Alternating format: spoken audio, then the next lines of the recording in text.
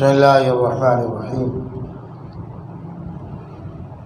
آج جو سپارہ تلاوت کیا گیا ہے اس کے اندر حضرت ایوب علیہ السلام کی بیماری اور ان کی گھر والی ان کا تذکرہ ہے۔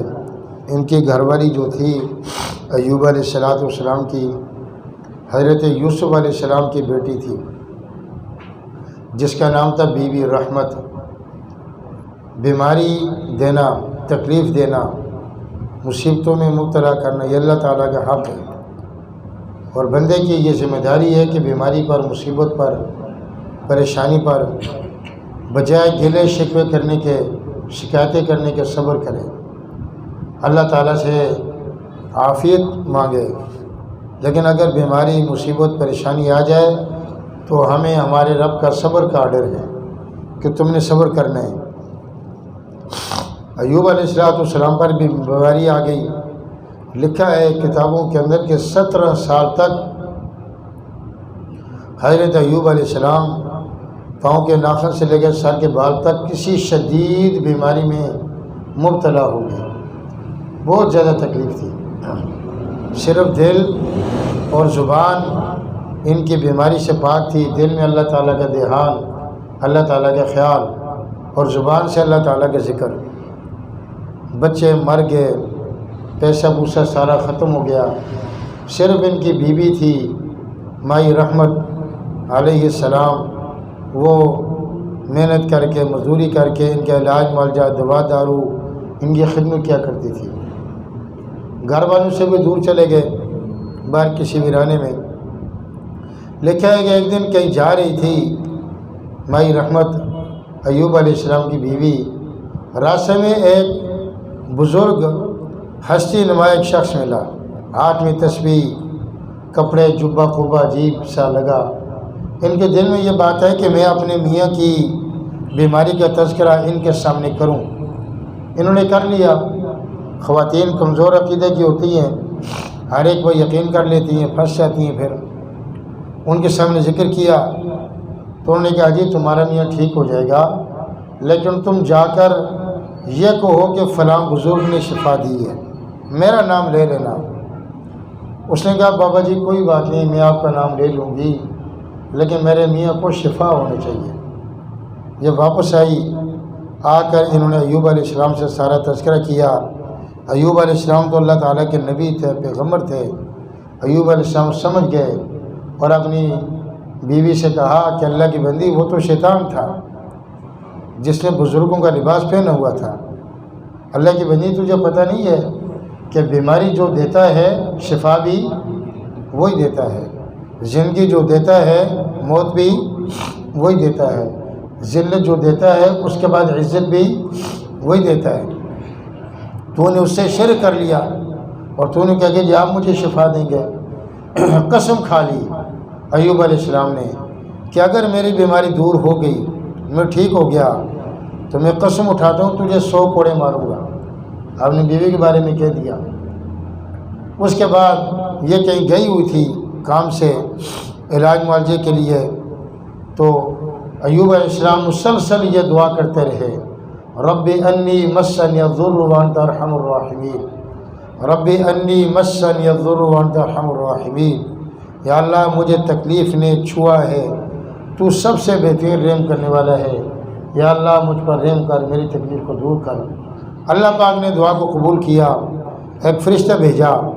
فرشتے نے آ کر اپنے پر مارے ایوب علیہ السلام کے قریب جہاں پر یہ بیٹھے ہوئے تھے زمین پر، اور ان کے دل میں یہ بات ڈالی اللہ پاک نے کہ اس پانی کو پیو، اندر کی بیماری دور ہو جائے گی، اور پانی سے اپنے بدن کو نہاؤ، غسل کرو، اللہ کے فضل سے باہر کی بیماری دور ہو جائیں گی۔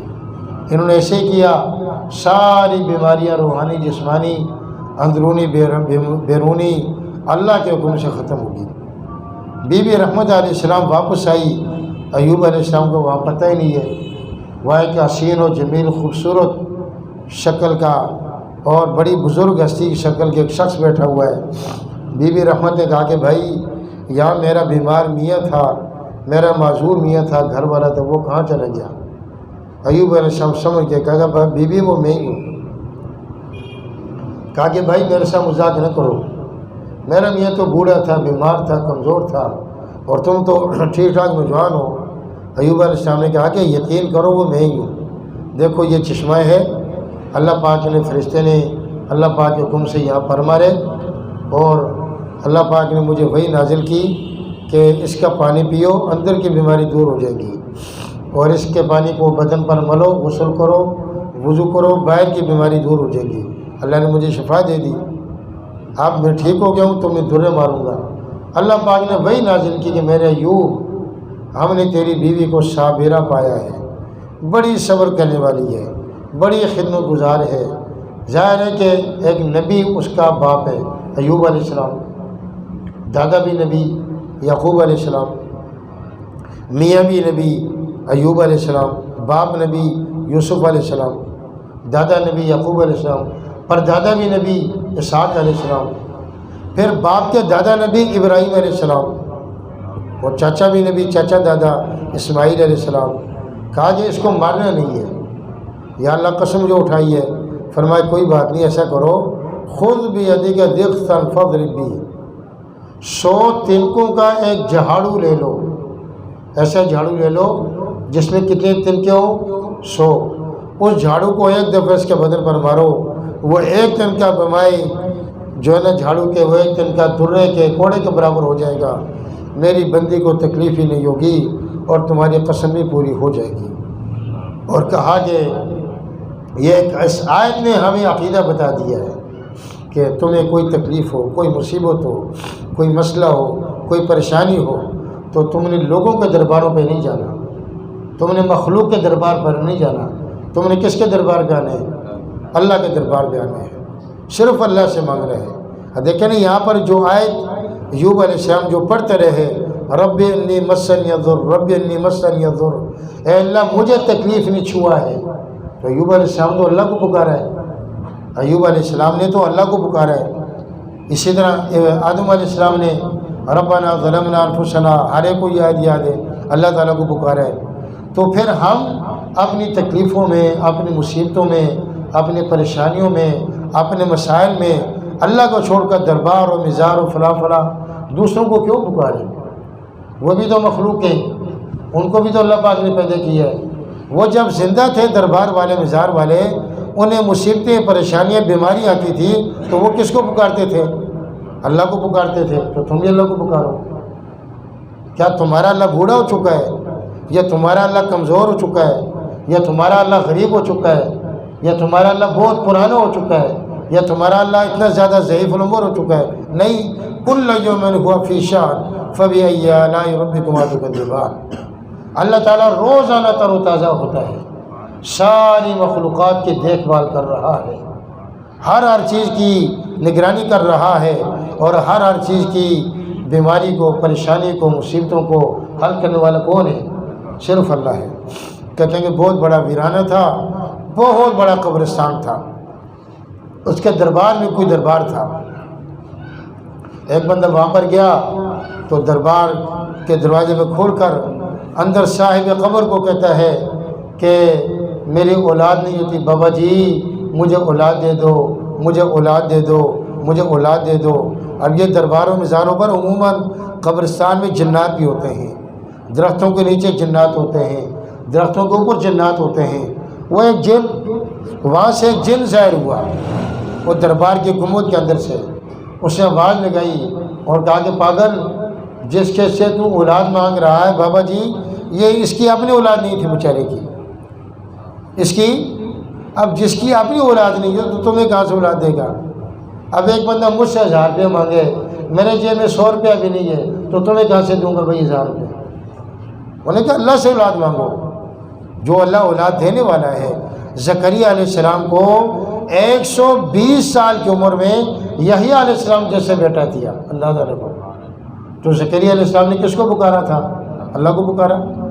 بی بی مریم علیہ السلام کو بغیر شادی کے، کنواری ہونے کی حالت میں اللہ پاک نے حضرت عیسیٰ علیہ السلام جیسا بیٹا عطا کیا بغیر باپ کے۔ یہ کون دینے والا ہے؟ وہ اللہ بوڑھا تو نہیں ہوا، وہ اللہ کمزور تو نہیں ہوا، وہ اللہ بیمار تو نہیں ہوا، اسی اللہ سے مانگو۔ اور اللہ خود کہتے ہیں، آج کی آیت کے اندر ہم نے پڑھا، ہم نے سنا، ادعونی استجب لکم، میرے گنہگار بندو، میرے بیمار بندو، میرے فقیر بندو، میرے بے سہارا بندو، میرے بے آسرا بندو، دنیا کی تکلیفوں سے تم تنگ آئے ہوئے ہو، ادعونی، مجھے پکارو، میں تمہاری ساری دعاؤں کو قبول کروں گا۔ اللہ تعالیٰ کا اعلان ہے کہ کوئی بھی ٹینشن، کوئی بھی تکلیف، کوئی بھی مصیبت ہو، اللہ کو پکارو۔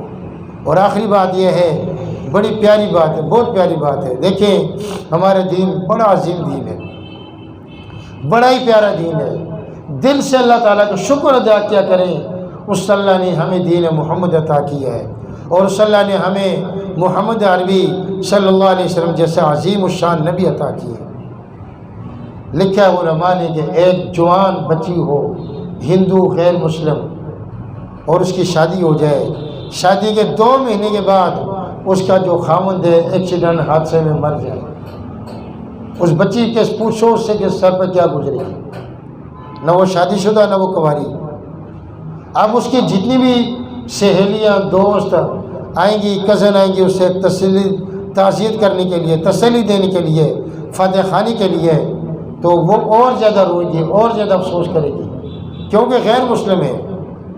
اب اس کے مقابلے میں ایک مسلمان بچی ہے 20-22 سال کی، اس کی شادی ہو جاتی ہے، اور شادی کے کچھ عرصے کے بعد 2 مہینے 1.5 مہینے کے بعد اس کا میاں کسی حادثے میں شہید ہو جاتا ہے۔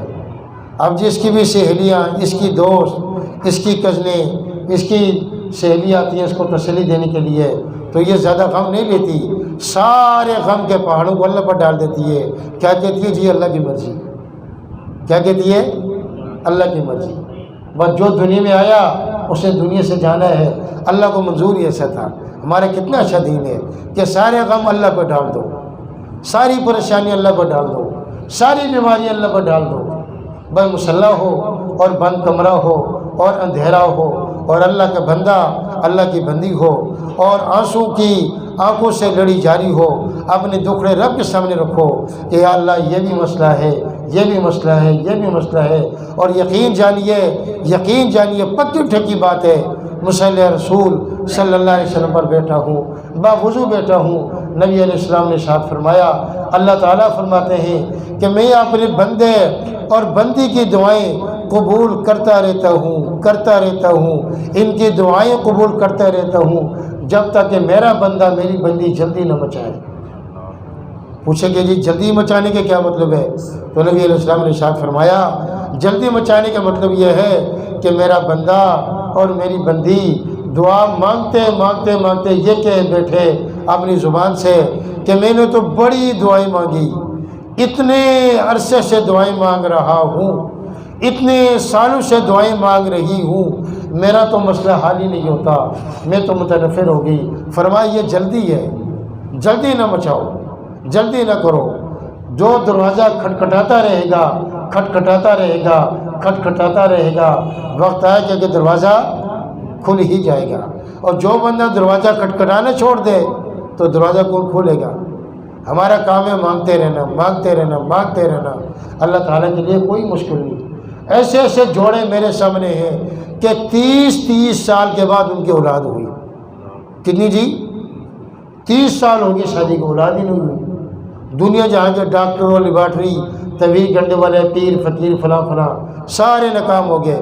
جب اللہ کو منظور ہوا، اللہ پاک نے اولاد دے دی، تو اپنے دکھڑے اللہ کے سامنے رکھنے ہیں، اپنے مسائل اللہ کے سامنے رکھنے ہیں۔ شادی کا مسئلہ ہو، بیماری کا مسئلہ ہو، کاروبار کا مسئلہ ہو، اولاد کا مسئلہ ہو، والدین کا مسئلہ ہو، دفتر کا مسئلہ ہو، چھوٹا مسئلہ ہو یا بڑا مسئلہ ہو، گھر کا مسئلہ ہو یا باہر کا مسئلہ ہو، پرسنلی ذاتی مسئلہ ہو یا اجتماعی مسئلہ ہو، سارے مسائل کو حل کرنے والا کون ہے؟ اللہ ہے۔ کہتے ہیں اللہ سے مانگا سب کچھ ملا، عزت ملی۔ اللہ سے مانگا سب کچھ ملا، عزت ملی۔ غیر سے مانگا کچھ نہ ملا، ذلت ملی۔ اے مانگنے والے، مانگ اسی سے جو دیتا ہے خوشی سے، پھر وہ کہتا نہیں کسی سے۔